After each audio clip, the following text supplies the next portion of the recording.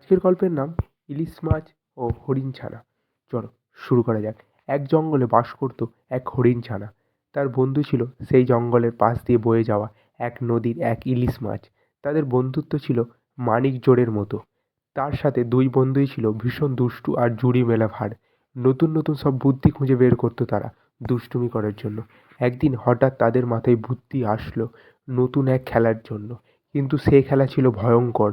দুজনের মাঝে খুব দৌড় প্রতিযোগিতা। যে হেরে যাবে তার থেকে সব থেকে দামি জিনিস জিতে যাবে, যে তাকে দিতে হবে। ইলিশ থাকবে পানিতে আর হরিণ ছানা থাকবে ডানায়।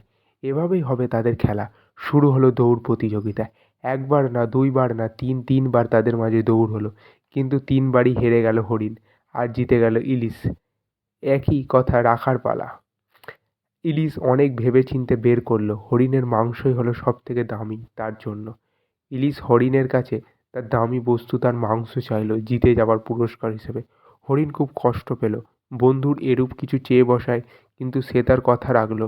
হরিণ তার নিজের অংশ বন্ধু ইলিশকে দিল আর দুঃখে ভরা মন বিদায় নিল প্রাণ দিয়ে। তো এই ছিল গল্প। কেমন লাগলো অবশ্যই কমেন্ট করে জানাও। দেখেছো বন্ধুরা, কেমন বন্ধু হওয়া দরকার। নিজেই নিজের প্রাণ দিয়ে দিল বন্ধু যা বললো।